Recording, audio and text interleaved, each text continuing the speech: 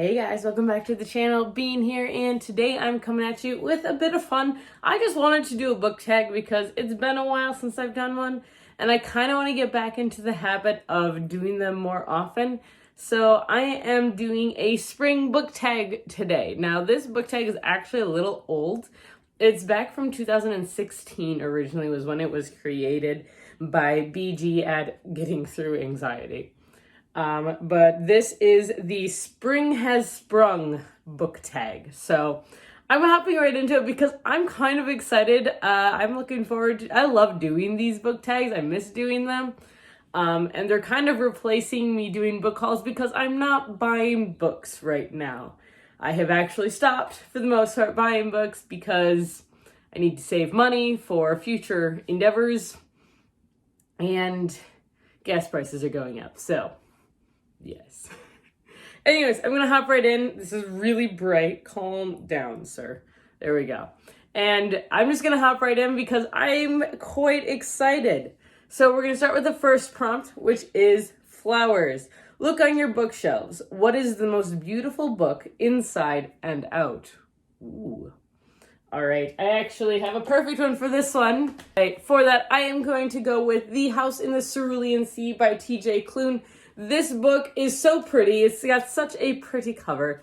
I absolutely love it. But then the inside of this book, the story in here is wonderful. It is amazing. It's heart-wrenching, and it makes me very happy. And it's probably one of my go-to feel-good books now. This follows Linus, who is a caseworker for the department in charge of magical youth, and he is sent to an island in the Cerulean Sea to check on an orphanage, a house there that is supposed to house all these very dangerous children, and they're having a lot of difficulty getting people to go visit it. So he goes and visits it. He's very by the book, and while he's out there, many unexpected things happen, and he meets these children who are absolutely incredible, and then he meets the head of the orphanage, who is just as amazing. It is a male-male romance, and it is probably one of the cutest romances I have read. In my personal opinion, I absolutely love this book, so this is going to be my prompt for this one. Beautiful inside and out. Prompt number 2. Grass. What is a book that you find... Oh, this is all look on your shelf. What is a book that you find that others like way more than you do? Well, generally I tend to get rid of books that I'm not nearly as captivated with, but let's see. The main one for me, I guess, is Shadow and Bone by Leigh Bardugo. I thought it was a very good book. I'm never going to continue the series though because I honestly don't care that much, which sounds terrible, but it didn't captivate me in that sort of way. I read it. I've read this book twice. It's actually very similar to Throne of Glass for me, where the books themselves have been so overhyped that I don't really care. I don't want to read them all that much. So we're going to go with this one for one of them.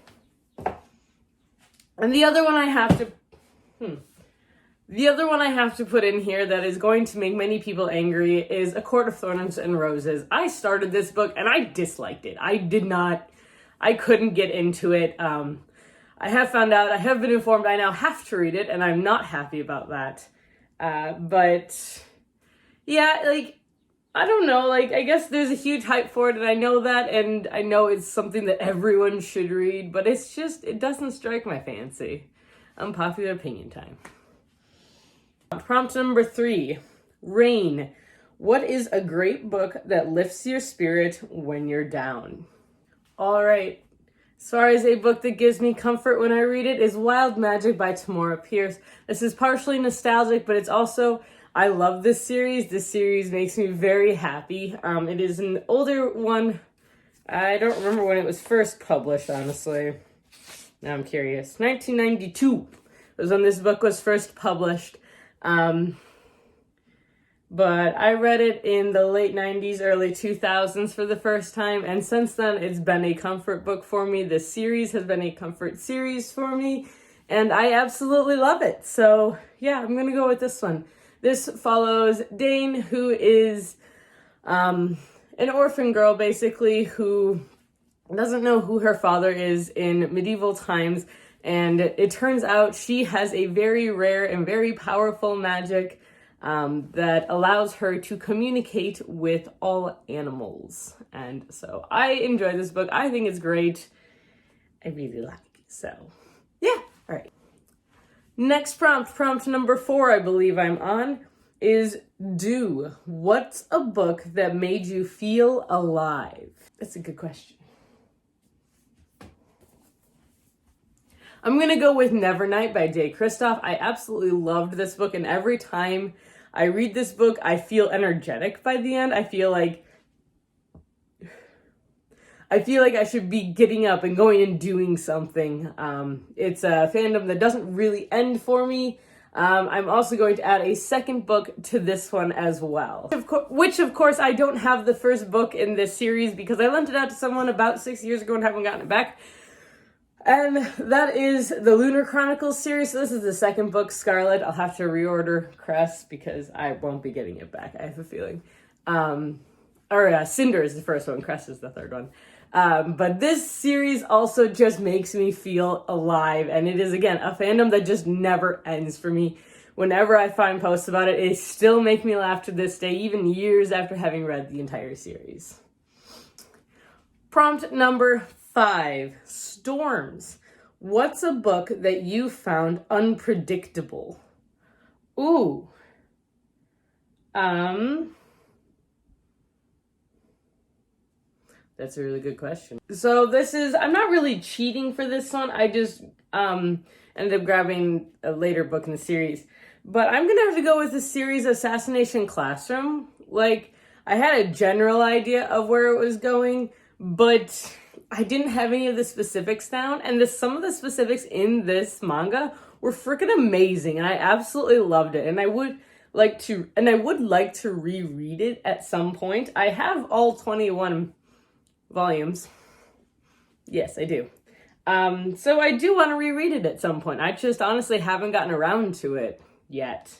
So that's going to be a thing that's going to happen. But this is definitely a series that I didn't know where it was going to go next. Like, I had some general ideas, but the specifics, nah, I knew nothing, man. It was great. I appreciated it. All right. Prompt number 6, I believe. Rainbow. What was a book that you struggled with only to be happy that you read it in the end? Okay, actually, I have an idea for this one. This is going to go with a high fantasy book that took me a very long time to read, actually. But I did take my time with it as well, and I ended up listening to the audiobook, and it was definitely worth it. And that's A Plague of Giants by Kevin Hearn. I did enjoy this book, but it's very dense, and it switches points of view a lot. Like, I think there's 7 or 9 different points of view in this book. So that's a lot to keep track of. And in fact, in order for me to read the second book, I would have to go back and reread this first one in order to remember what happened. But I do remember when I finished it being incredibly satisfied with having finished this book and very happy with it just in general, because it is dense, but it's also very, very well done and very well thought out. The second book is out, and I believe the third one might be coming out, or it's out. I honestly don't remember. But this was a very intense book. Very. So, highly recommend it, though. But this is basically a story of a land where giants suddenly start attacking, and they're not sure why. And it's told by a bard through the guise of different people and their experiences through this whole world war. And he even has a point of view of one of the giants at one point and why they might be attacking. And it's incredible. So it's so well done, but there's a lot happening. All right, continuing on. Next prompt, chilly weather. What's a book that you couldn't finish or didn't enjoy? There's a couple of those, unfortunately. But again, like I said, a lot of the books that I didn't finish or didn't enjoy, I did not put back on my shelf. I took them off my shelf and they are gone now. And I don't think I have any on my shelves right now that I didn't finish or didn't enjoy. I don't think I have any. Because I purposefully do not keep those on my shelves. Yeah.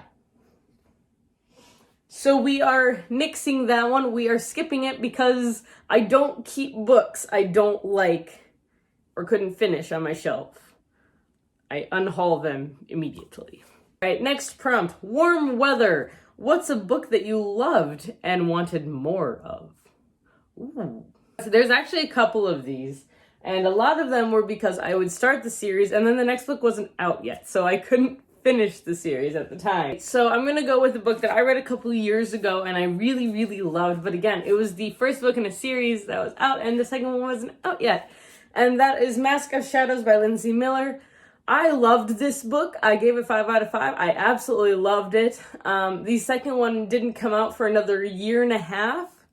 It is now out. I have yet to read it, but this was definitely one that I finished and went, give me more. Now, I need more. Please and thank you. So, yes. Okay. Next prompt. Green. What is a book that you haven't read yet, but really want to? Pick, like, anything on these shelves. Honestly, there are so many on here that I really want to read. I want to read all of these books. That's why they're on my shelf. I'm cheating a little bit, but most of these books I have not read because I'm terrible booktuber like that. All right, next one.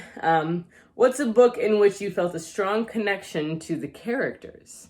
All right, for this one, I am going to be picking The Invisible Library by Genevieve Cogman, partially because I now identify with our main character, Irene, more than I did when I started this series.